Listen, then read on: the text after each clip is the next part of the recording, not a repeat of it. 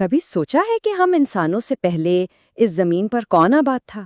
آج ہم وقت میں بہت پیچھے جائیں گے، اس دور میں جب دنیا ایسی نہیں تھی جیسی ہم آج دیکھتے ہیں، اور اسی سوال کا جواب کھوجیں گے۔ یہ وہ سوال ہے جو ہزاروں سال سے انسان کو سوچنے پر مجبور کرتا ہے۔ آخر ہماری تاریخ کا پہلا باب یعنی انسانوں کی آمد سے بھی پہلے کیسا تھا؟ آئیے مل کر اس قدیم راز سے پردہ اٹھاتے ہیں۔ ہماری کہانی کی شروعات ایک ایسے وقت سے ہوتی ہے جب نہ تو یہ آسمان تھے نہ یہ زمین، ایک ایسی کائنات جس کا تصور کرنا بھی بہت مشکل ہے، جہاں شاید وقت کے معنی بھی کچھ اور تھے۔ ذرا تصور کریں ایک لامحدود حقیقت جہاں ہر طرف صرف پانی تھا۔ روایات کے مطابق اسی پانی پر اللہ کا عرش قائم تھا، اور یہی کائنات کی تخلیق کا بالکل ابتدائی نقطہ تھا۔ اچھا، تو انسانوں سے بہت پہلے اس سیارے پر ایک اور مخلوق کا راج تھا۔ یہ دور تھا جنات کا، جو آگ سے بنے تھے اور انہوں نے زمین پر اپنی بستیاں اور تہذیبیں قائم کی تھیں۔ یہ جنات جو آگ کے شعلوں سے بنے تھے، سوچنے سمجھنے کی صلاحیت رکھتے تھے، اور انہیں انسانوں سے بہت پہلے زمین پر رہنے کا موقع دیا گیا تھا۔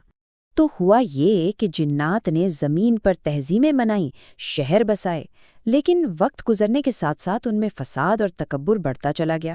جب ان کی سرکشی حد سے زیادہ ہو گئی تو فرشتوں کی ایک فوج نے آ کر زمین کو ان سے پاک کر دیا، اور جو بچ گئے وہ دور دراز جزیروں اور پہاڑوں میں بکھر گئے۔ جنات کے دور کے بعد اب زمین ایک نئے وارث کا انتظار کر رہی تھی۔ یہ وقت تھا ایک ایسی مخلوق کی تخلیق کا جو زمین پر امن کے ساتھ رہ سکے۔ آدم کی تخلیق کا عمل خود ایک معجزہ تھا۔ روایات بتاتی ہیں کہ فرشتوں کو حکم ہوا کہ وہ زمین کے ہر کونے سے مٹی لائیں، سرخ، سفید، کالی، پیلی، نرم، سخت، ہر طرح کی مٹی، اور اسی مٹی کے آمیزے سے پہلا انسانی جسم تیار کیا گیا۔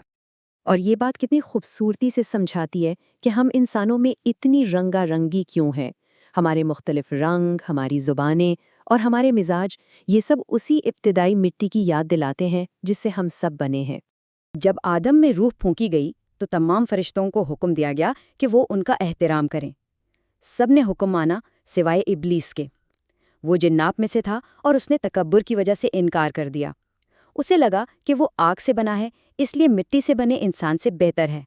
بس یہیں سے نیکی اور بدی کی وہ کشمکش شروع ہوئی جو آج تک جاری ہے۔ آدم کا پہلا گھر یہ زمین نہیں تھی بلکہ جنت تھی، ایک ایسی جگہ جہاں کوئی دکھ، کوئی تکلیف نہیں تھی، لیکن یہی وہ جگہ تھی جہاں ان کی پہلی آزمائش بھی ہونی تھی۔ جنت میں آدم کی تنہائی کو دور کرنے کے لیے اللہ نے ان کے لیے ایک ساتھی بنایا۔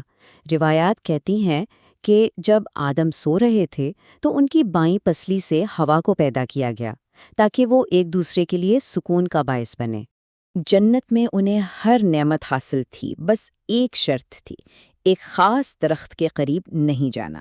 لیکن شیطان نے انہیں بہکایا، ان کے دل میں وسوسہ ڈالا کہ اس درخت کا پھل انہیں ہمیشہ کی زندگی دے گا۔ آخرکار وہ اس کے فریب میں آ ہی گئے۔ اپنی غلطی کا احساس ہوتے ہی وہ دونوں شدید ندامت میں ڈوب گئے۔ انہوں نے فوراً اللہ سے معافی مانگی۔ ان کی توبہ تو قبول ہو گئی، لیکن جنت کی زندگی کا وہ باب ختم ہو چکا تھا، اور اب ان کی منزل زمین تھی۔ تو اب انسانیت کی کہانی ایک نئے سیارے پر شروع ہو رہی تھی، ایک ایسی جگہ جہاں محنت تھی، چیلنجز تھے، اور ایک خاندان کی تعمیر کا سفر ان کا منتظر تھا۔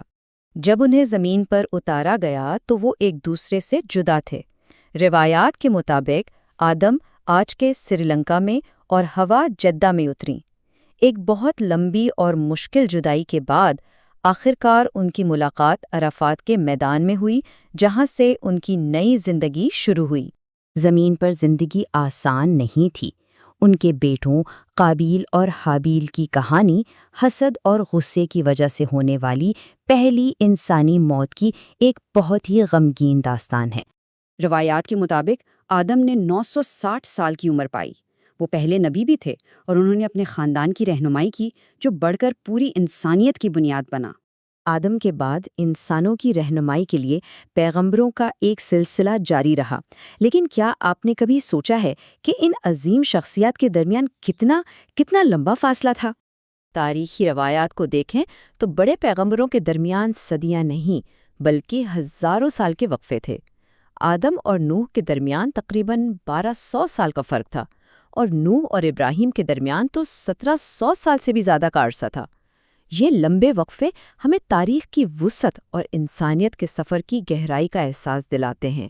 تو یہ کہانی صرف ماضی کا ایک قصہ نہیں، بلکہ یہ غلطی، توبہ، معافی اور ایک نئی شروعات کی ایک ایسی داستان ہے جو آج بھی ہم سب کے انسانی تجربے کا ایک بہت اہم حصہ ہے۔